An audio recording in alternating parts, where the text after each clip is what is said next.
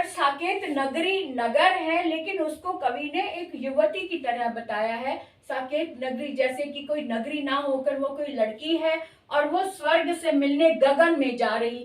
गगन में जाना कितनी बड़ी बात, यानी कि कितनी असंभव बात है, लेकिन कवि ने इस असंभव बात को संभव सा करके दिखाया हुआ है कि स्वर्ग से मिलने गगन में जा रही। तो दो तरह से बात है कि एक तो अतिशयोक्ति भी है और मानवीकरण भी है। साकेत नगरी को कवि ने एक युवती की तरह बताया है, साथ में एक असंभव बात भी बताई है कि स्वर्ग से मिलने गगन में जा रही। तो इस तरह के ऑप्शन कैसे आ सकते हैं? देखो, मानवीकरण, अतिशयोक्ति, उपरोक्त दोनों और उत्प्रेक्षा। अब यहाँ पे मानवीकरण भी है, अतिशयोक्ति भी है। गुड मॉर्निंग बच्चों, कैसे हैं आप? आज मैं आपके लिए अलंकार लेके आई हूँ। आज बहुत ही आसान तरीके से और एक ही वीडियो में सारे अलंकारों का स्पष्टीकरण आपके सामने रख रही हूँ, ताकि एक ही बार में आपको बहुत अच्छे से समझ आ जाए। और जो सिलेबस में है वही लेकर आई हूँ, कोई भी फालतू चीज नहीं करवा रही हूँ। इसलिए बहुत ध्यान से देखो, हर एक स्टेप को देखो और नोटबुक में नोट करते हुए आगे बढ़े, तो हमें बहुत ही अधिक अच्छे से समझ में आ जाएगा। शुरू करते हैं आज की क्लास अरुणा कालिया के साथ। अगर आपने अभी तक सब्सक्राइब नहीं किया तो जल्दी से सब्सक्राइब कर दो, लाइक कर दो, शेयर कर दो, जितना अधिक हो सके शेयर करो, ताकि बाकी बच्चे भी इसका लाभ उठा सके। तो आज है अलंकार है हमारे सामने। अलंकार में इस बार सिर्फ 4 ये भेद है, एक श्लेष अलंकार, एक उत्प्रेक्षा अलंकार, एक मानवीकरण और एक अतिशयोक्ति। सिर्फ 4 अलंकार है इस बार सिलेबस में। तो श्लेष को सबसे पहले देख लो कि श्लेष अलंकार का मतलब है, इस शब्द का अर्थ होता है चिपका हुआ। इस श्लेष अलंकार का मतलब है चिपका हुआ, यानी कि जिसमें बहुत सारे, एक ही शब्द में बहुत सारे अर्थ चिपके हुए हो, वहां श्लेष अलंकार होता है। ये उदाहरण देख लेते हैं समझने के लिए। अर्थ अगर आ जाए ठाट बाट और राज, अर्थ अगर आ जाए ठाट बाट और राज, यहाँ पर जो अर्थ शब्द आया है इसमें अनेक अर्थ आए हुए हैं। अर्थ का मतलब होता है एक तो शब्द का अर्थ, मीनिंग जिसे कहते हैं, और एक होता है धन।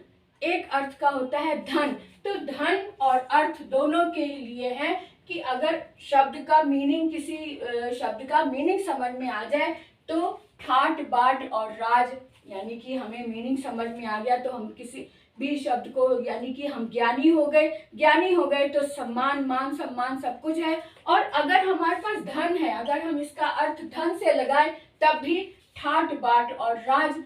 तो इस तरह से अर्थ शब्द में 2 अर्थ चिपके हुए हैं, इसलिए यहाँ पर श्लेष अलंकार है। आगे देखते हैं उत्प्रेक्षा। उत्प्रेक्षा की एक पहचान मैं आपको बता रही हूँ कि पहचान वाले शब्द जब कविता में निहित होते हैं, कविता में अंकित होते हैं, उन शब्दों से हम पहचान सकते हैं कि ये कौन सा अलंकार है। यहाँ पर उत्प्रेक्षा अलंकार जहाँ भी होता है वहाँ मानो, मनु, जानो, जनू, जैसे, वैसे, ज्यों ही, मनहु, जनहु, ये शब्द लगे होते हैं और इन सब का अर्थ है मानो कि ऐसे हो, मानो कि ऐसा हो गया हो, मानो कि, है ना। जैसे हम किसी की तुलना करते हैं और अपने मन में एक कल्पना कर देते हैं कि जैसे चांद इस तरह से है, जैसे कि हमारे सामने एक चमकता चेहरा। तो जैसे कि शब्द आ गया, मानो शब्द आ गया, मानो सोता हुआ सागर जगा। इसका अर्थ, ये उदाहरण देख लो, मानो हवा के जोर से सोता हुआ सागर जगा। यहाँ पे मानो शब्द आया है, यानी कि ये बता रहा है कि ऐसा लग रहा है। मानो का मतलब ऐसा लग रहा है कि हवा के जोर से सोता हुआ सागर जगा। जब सागर की लहरें हिलने लग जाती है, हवा जोर से चली और ऊपर की परत जो अभी तक एकदम स्टिल थी वो अब हिलने डुलने लग गई, तो ऐसा लगा, कवि को ऐसा लगा कि हवा के जोर से सो रहा था जो सागर, अभी वो उठ गया हो। तो यहाँ मानो शब्द आया हुआ है कि ऐसा लग रहा है नहीं, एक्चुअल में ऐसा लग रहा है। जहाँ पर अर्थ आता है वहां पर उत्प्रेक्षा अलंकार होता है और ये शब्द कविता में अंकित होते हैं। ठीक है, अब आगे बढ़ते हैं मानवीकरण। जैसा कि शब्द से ही पता चल रहा है कि मानवीकरण का मतलब है कि मानव का एहसास, मानव की अनुभूति होना। मानव है नहीं वहां पर। और ऐसा कब होता है? प्राकृतिक चित्रण जब कविताओं में होते हैं और कवि अपनी कल्पना से प्रकृति को मानव के साथ जोड़ देते हैं, तभी ऐसा होता है। तो मानवीकरण यानी कि मानव का एहसास होता है, मानव का एहसास होता है, मानव वहां होता नहीं है। अब इसका उदाहरण भी देख लेते हैं। मेघ आए बड़े बन ठन के संवर के। अब मेघों को कवि ने एक मनुष्य की तरह देखा है कि मेघ आए बड़े बन ठन के संवर के। अब मेघ है, मनुष्य तो नहीं है, लेकिन पढ़ने से ऐसा प्रतीत हो रहा है जैसे कि मानव वहां पर उपस्थित है। इसलिए यहाँ पर मानवीकरण अलंकार है, क्योंकि यहाँ मानव का एहसास हो रहा है, अनुभूति हो रही है। कवि ने प्राकृतिक चित्रणों को इस तरह से दर्शाया है जैसे वो मनुष्य कर रहा है, तो मनुष्य का आभास हो रहा है, इसलिए यहाँ पर मानवीकरण है। आगे देखते हैं अतिशयोक्ति। अतिशयोक्ति का मतलब ही है, अति मतलब अधिक, शयो शय मैंने बढ़ा चढ़ाकर, और उक्ति का मतलब बोला जाना। जहाँ बढ़ा चढ़ाकर बोला जाता है किसी बात को, किसी असंभव बात को संभव करके जहाँ दिखाया जाता है, वहां अतिशयोक्ति अलंकार होता है। अब जैसे उदाहरण से एकदम स्पष्ट हो जाएगा, जैसे हनुमान की पूंछ पर लग ना पाई आग, लंका सिगरी जल गई गए निशाचर भाग। अब यहाँ पे कवि ने बताया है कि हनुमान की पूंछ पर लग ना पाई आग, आग लग भी नहीं पाई थी और सारी लंका जल गई और सारे निशाचर भाग गए। तो ये बहुत बढ़ा चढ़ाकर बात कही गई है, जो असंभव बात को संभव करके दिखाया है। तो इसलिए जहां पर असंभव बात को संभव करते हुए दिखाया जाता है, वहां पर अतिशयोक्ति अलंकार होता है। अब यहाँ पर आपको चारों ये अलंकार ठीक से समझ आ गए कि अधिक से अधिक जब उदाहरण हम देखेंगे तो हमें जो भेद है इसकी पहचान बहुत अच्छी हो जाएगी। तो बच्चों, अभी तक हमने अलंकार के भेद समझे, जो चार भेद हैं उनका हमने परिभाषा समझी और उनकी जो पहचान थी वो हमने सीखी है एक एक उदाहरण के साथ। लेकिन अब मैं यहाँ पर आपको प्रॉपर वो प्रश्न लेकर आई हूँ जो बोर्ड में आते हैं। जैसा प्रश्न बोर्ड में आता है बिल्कुल उसी क्रम से यहाँ पर मैं आपको बताना चाहती हूँ, ताकि आपकी प्रैक्टिस बहुत अच्छे से हो जाए और एक भी प्रश्न छूटने ना पाए।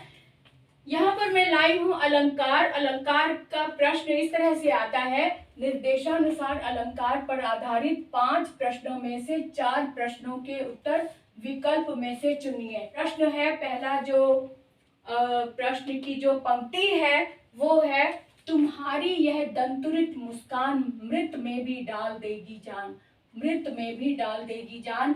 अब यहाँ पे सबसे पहले इसके अर्थ को समझने की कोशिश करो कि तुम्हारी यह दंतुरित मुस्कान, दंतुरित मतलब छोटे छोटे दांत, एक छोटे बच्चे की ओर संकेत कर रहे हैं कवि कि छोटे बच्चे के जैसे 1 साल का बच्चा होता है तो छोटे छोटे से दांत निकल आते हैं और वो हंसता तो बहुत प्यारा लगता है, तो उसी की ओर संकेत किया है कि एक छोटा बच्चा जब दंतुरित मुस्कान इतनी प्यारी होती है कि उसे देखकर तो एक मृत भी जी उठेगा। तो यहाँ मृत में भी डाल देगी जान, ये एक अतिशयोक्ति बात हो रही है ना, ऐसा हो नहीं सकता, लेकिन कवि को ऐसा लग रहा है कि मृत में भी जान डाल दे। तो यहाँ पर क्या है, अतिशयोक्ति, यानी कि बात को बढ़ा चढ़ाकर कहा गया है। तो इसलिए हम देखें कि यहाँ पर ये अतिशयोक्ति है, तो यानी ये तीसरा ऑप्शन हमारा बिल्कुल सही है। क्लियर है? अब आगे देखें कि अर्थ बिना कब पूर्ण है शब्द सकल जग काम। अर्थ बिना कब पूर्ण है शब्द सकल जग काज, अर्थ अगर आ जाए तो ठाट बाट और राज। अब यहाँ पे ये सारी चीजें ठाट बाट और राज से रिलेटेड है। ये तब आता है जब अर्थ आ जाए। अर्थ आ जाए यानी कि धन और मीनिंग। अर्थ का अर्थ यहाँ पर 2 तरह से दिया गया है। एक अर्थ जब शब्द का मीनिंग हमें समझ आ जाए, जब कोई भी बात हम कर रहे हैं उसका जब मीनिंग हमें समझ में आ जाता है तो सारे जो कहते हैं दुविधाएं दूर हो जाती हैं और अर्थ एकदम क्लियर हो जाता है, तो बात एकदम स्पष्ट हो जाती है। तो जब बात स्पष्ट हो जाती है तो ठाट बाट और राज, जब हम बात को समझने लग जाते हैं तो हमारे सामने हम यानी कि ठाट बाट यानी मान सम्मान और राज भी हमारे हाथ में होता है। दूसरा अर्थ ये है कि अगर हमारे हाथ में धन है, अर्थ का अर्थ है, अर्थ का मतलब धन से भी है, इकोनॉमिक। आपने देखा होगा कि अर्थशास्त्र भी पढ़ते हैं, अर्थशास्त्र यानी इकोनॉमिक, इकोनॉमिक का मतलब ही अर्थ से है, धन से है, तो वही वाला अर्थ है यहाँ पर। अगर धन आ जाए, अर्थ अगर आ जाए यानी धन हमारे हाथ में आ जाए, तब भी ठाट बाट और राज हमें मिल जाए। तो यहाँ पर अर्थ शब्द में दो तरह के अर्थ लगे हुए हैं, इसलिए यहाँ पर श्लेष है। और मैंने बताया था श्लेष अर्थ का मतलब होता है चिपकना, जिसमें बहुत सारे अर्थ चिपके हुए हैं, तो वो श्लेष अलंकार। अब आगे देखिए, कैसे कलुषित प्राण हो गए मानो मन पाषाण हो गए। कैसे कलुषित प्राण हो गए मानो मन पाषाण हो गए। अभी मैंने जब समझा रही थी तब मैंने बताया था कि जब मानो लगा हुआ हो, कविता में अंकित हो शब्द, जब मानो लगा होता है तो वो वहां पर उत्प्रेक्षा अलंकार होता है ना। मानो, मनु, जानो, जनू, जनहू, मनहू, जैसे, ज्यों, इस तरह के शब्द जब लगे होते हैं जहां पर, वहां पर उत्प्रेक्षा अलंकार होता है ना, वहां पर उत्प्रेक्षा अलंकार होता है, इसलिए हमने फोर्थ पर यहाँ पे टिक लगा दिया। अब आगे देखते हैं, देख लो साकेत नगरी है यही, स्वर्ग से मिलने गगन में जा रही। अब यहाँ पर मैंने थोड़ा अलग प्रश्न दिया है, इस तरह का प्रश्न भी आ जाता है, प्रश्न मतलब इसमें ऑप्शन इस तरह के भी आ जाते हैं जिसमें दो उदाहरण यानी कि दो ऑप्शन का एक भी माना जा सकता है, यानी कि एक ही उदाहरण में दो अलंकार भी हो सकते हैं। वो कैसे? देख लो साकेत नगरी है यही, साकेत नगरी की बात हो रही है और स्वर्ग से मिलने गगन में जा रही है ना। अब यहाँ पर साकेत नगरी नगर है, लेकिन उसको कवि ने एक युवती की तरह बताया है। साकेत नगरी जैसे कि कोई नगरी ना होकर वो कोई लड़की है और वो स्वर्ग से मिलने गगन में जा रही। गगन में जाना कितनी बड़ी बात, यानी कि कितनी असंभव बात है, लेकिन कवि ने इस असंभव बात को संभव सा करके दिखाया हुआ है कि स्वर्ग से मिलने गगन में जा रही। तो दो तरह से बात है कि एक तो अतिशयोक्ति भी है और मानवीकरण भी है। साकेत नगरी को कवि ने एक युवती की तरह बताया है, साथ में एक असंभव बात भी बताई हुई कि स्वर्ग से मिलने गगन में जा रही। तो इस तरह के ऑप्शन कैसे आ सकते हैं? देखो, मानवीकरण, अतिशयोक्ति, उपरोक्त दोनों और उत्प्रेक्षा। अब यहाँ पे मानवीकरण भी है, अतिशयोक्ति भी है, लेकिन अब दोनों में अब टिक तो हमने एक में लगाना है, तो इसलिए ये ऑप्शन थर्ड जो है ये ऑप्शन है उपरोक्त दोनों, यानी कि पहला और दूसरा दोनों है, इसलिए यहाँ पर हम टिक लगाएंगे ना कि यहाँ पर।